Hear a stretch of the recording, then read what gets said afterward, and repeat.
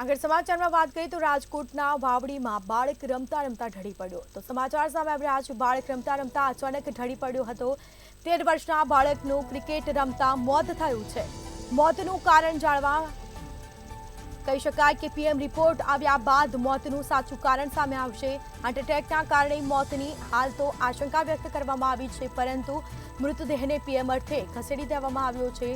PM report આવ્યા બાદ મોતનું સાચું કારણ જાણવા મળશે તો હાર્ટ એટેકના કારણે મોતની આશંકા વ્યક્ત કરવામાં આવી છે। તો શેરીમાં રમતા રમતા બાળક અચાનક ઢળી પડ્યો હતો। વાવડીમાં બાળક અચાનક ઢળી પડતા તે મોતને ભેટ્યો।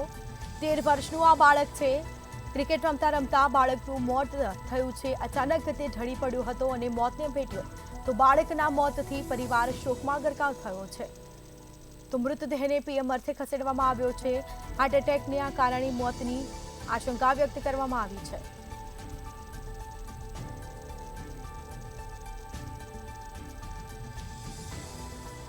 વધુ વિગતો સાથે સંવાદદાતા ધ્રુવ કુંડેલ આપણી સાથે ફોન લાઈન પર જોડાઈ ગયા છે। જી, રાજકોટના વાવડીમાં રમતા રમતા બાળક મોતને ભેટ્યો છે, શું માહિતી?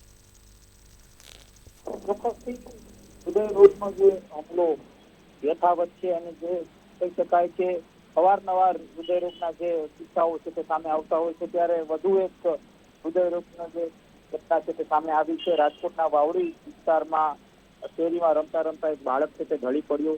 13 વર્ષનો આ બાળક ક્રિકેટ રમતો હતો અને એકાએક તેનું મોત નીપજ્યું। ખાસ તો મોતના કારણ જાણવા માટે હાલ અત્યારે બાળકનું પીએમ થઈ રહ્યું છે। બાળકના મોત હૃદયરોગ કે પછી અન્ય કોઈ કારણ હોવાનું ક્યાંક હાલ અત્યારે મથામણ ચાલી રહી છે।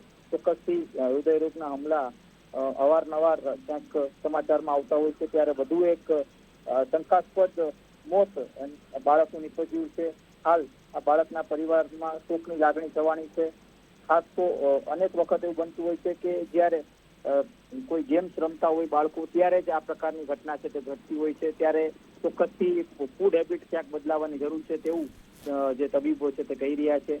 ખાસ તો આ પ્રકારની જે ઘટના છે તે અવારનવાર બનતી હોય છે, ત્યારે ચોકસાઈ જરૂરી છે, જાગૃત રહેવું જરૂરી છે, અને ખાસ તો ફૂડ હેબિટ છે અને નિયમિત રીતે વ્યાયામ કરવું ક્યાંક તબીબો હાલ સલાહ આપી રહ્યા છે।